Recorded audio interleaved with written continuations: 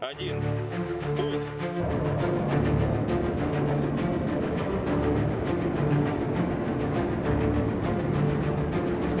Летит.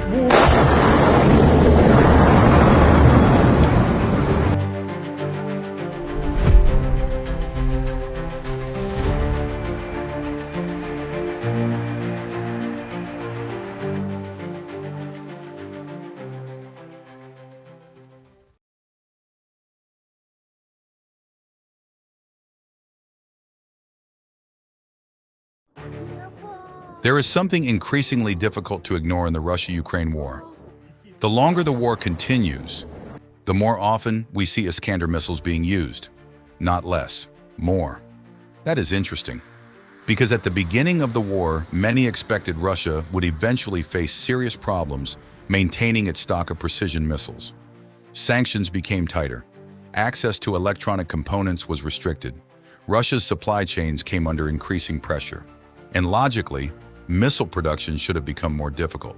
But recent developments suggest something different. In July 2026, Russian Iskander-M production was reportedly around 65 missiles in a single month. The monthly target was around 60, so production reportedly went above target.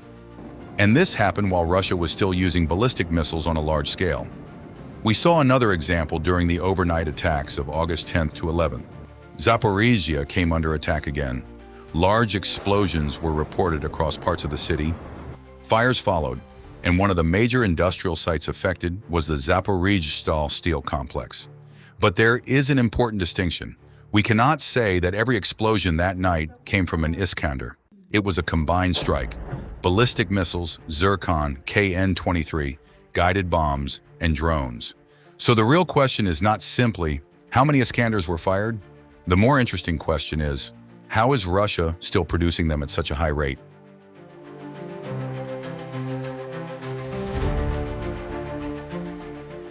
To understand this, we need to look beyond the battlefield, because Iskander is not just about the missile itself, it is about industry. During the early stages of the war, Russia relied heavily on missiles already in its stockpiles. But a war lasting several years requires something different: continuous production. And this is where Russia appears to have made a major shift. Defense factories have been given wartime priorities. Production capacity has been expanded. Resources have been redirected. And systems considered strategically important have received greater attention. Iskander appears to be one of them.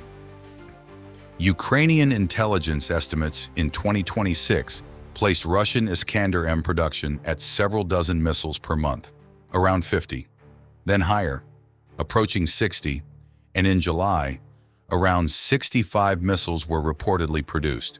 That number matters, because Russia is not simply firing missiles. It is also continuously making new ones. Think about the cycle: production, strike, stockpile decreases, new production arrives, then those missiles are used again. This creates a production and consumption cycle. And that may explain why Iskander does not look like a system that is simply running out of ammunition. Quite the opposite. Russia appears to be building a sustained production system around it. There is another important factor. Some other missile programs have reportedly been reduced or halted. When that happens, industrial capacity does not necessarily disappear. Some of those resources can be redirected. Machinery remains available. Workers remain available. Supply chains remain in place. But the priorities change. And for Russia, Iskander has increasingly become one of those priorities.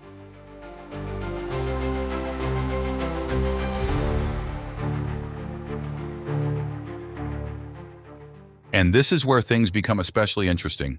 If sanctions are designed to restrict Russia's defense industry, why has Iskander production apparently increased?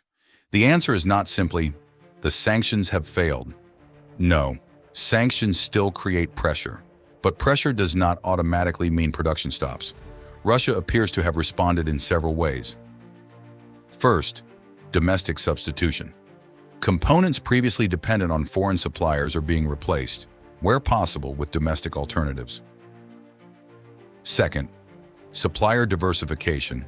If one supply route is blocked, another route can be found. Third, dual-use technology. Some components are officially designed for civilian applications, but can also enter military supply chains. And fourth, intermediary networks. A component does not necessarily travel directly from a Western manufacturer to Russia. It can pass through several companies, several distributors, and several countries, before eventually entering the Russian supply chain. That makes enforcement much more difficult. Inspections of Russian missile debris have also revealed foreign-made components in some systems, so the picture is clear. The sanctions have made Russia's supply chains more complicated, but they have not completely cut them off, and this is where Russian industrial adaptation becomes important. Russia does not necessarily need to become completely self-sufficient. It simply needs to keep the production line moving, and based on the available estimates, that production line is still moving at a significant pace.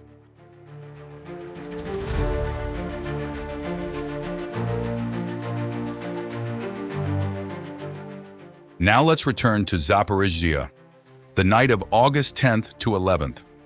Ballistic missiles were used again, explosions followed, industrial facilities were damaged, and Iskander once again appeared as part of the broader Russian strike picture. But if we focus only on the explosions, we miss the bigger story, because the missile war is actually happening on two battlefields. The first is the battlefield itself. Missiles are launched.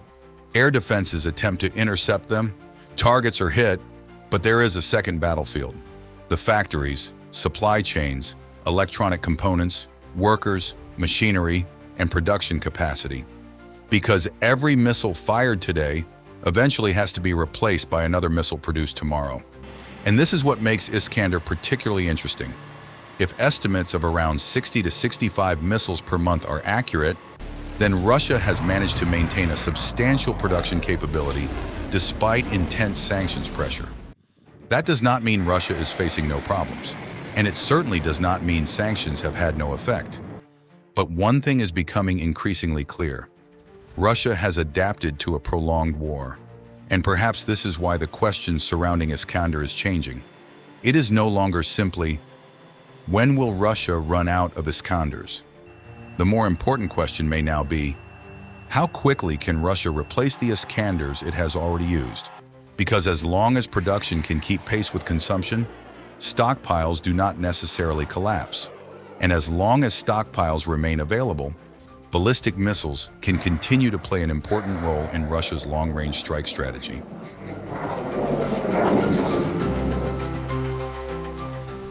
So, how should we look at this? Does it mean sanctions are ineffective? Or has Russia simply adapted faster than many expected? Does the increase in Iskander production demonstrate growing Russian industrial capacity? Or does it show that Moscow is redirecting an increasing share of its resources towards sustaining the war? The answer may not be as simple as choosing one side, and that is exactly what makes this worth discussing. Because in modern warfare, it is not only about who has the most advanced weapons, it is also about who can keep producing them. So let's think about it together. Do you believe the rise in Iskander production shows that Russia's defense industry is becoming more resilient? Or does it reveal the enormous resources Moscow now has to commit simply to sustain the war? Share your analysis in the comments.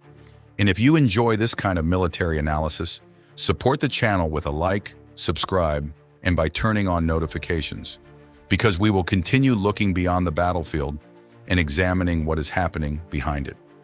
Disclaimer: this video is produced for information and analytical purposes. Figures relating to missile production, stockpiles, and usage are based on publicly available reports and intelligence assessments. These figures can change, and not all of them can be independently verified. This channel does not support attacks against civilians or the use of violence. The purpose of this analysis is to examine military and defense industry developments critically, based on the information available at the time of publication. Thanks for watching, and I'll see you in the next video.